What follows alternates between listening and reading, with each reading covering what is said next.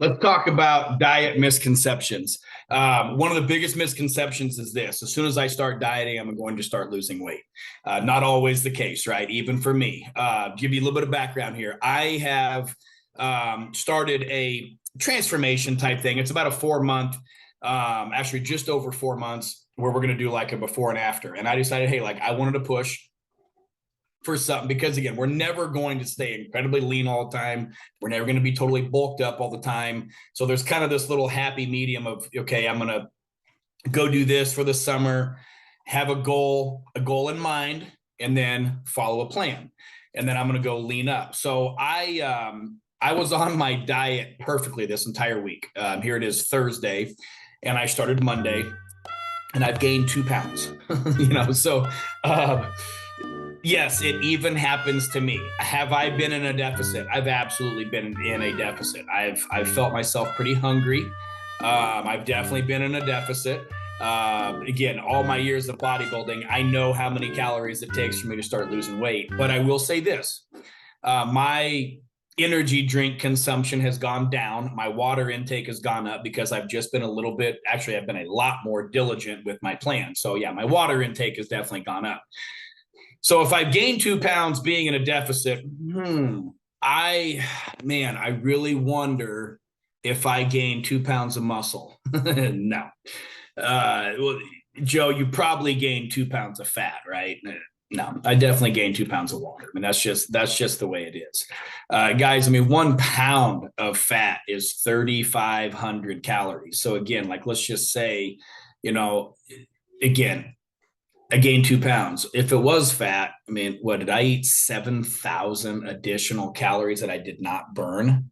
So again, I would have had to have eaten a lot more food to go gain 2 pounds of actual fat, right? And again, just like on the reverse side, meaning this, and you all know this, right? Intuitively, you know this, because if you lost 2 pounds, we celebrate. But if you gain 2 pounds, you're always like, it's probably just water. And I don't, again, guys, I don't want to discredit losing weight. I don't want to, but at the same time, it's Thursday. I started Monday.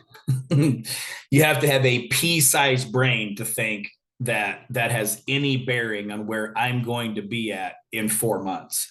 Like, there's nobody probably watching this that's going to say, "Man, I wonder if Joe leans out over the next 4 months." It is going to be such a giant difference in the next 4 months. Again, but again, we get these little things in our heads where we have to have this success right now. It's got to happen right now. This microwave mentality. If I start dieting, it just, every single day it's going to go down by this quarter of a pound, and it's just, guys, it's just not the way our body works. Most of y'all have heard me say this. I would lose about 6 pounds when I was competing, from the time I would go to sleep to the time I'd wake up in the morning. 6 pounds. I don't know why this represents 6 pounds, but it's 6 pounds. How in the world can you lose 6 pounds falling asleep? What happens when you breathe on a mirror?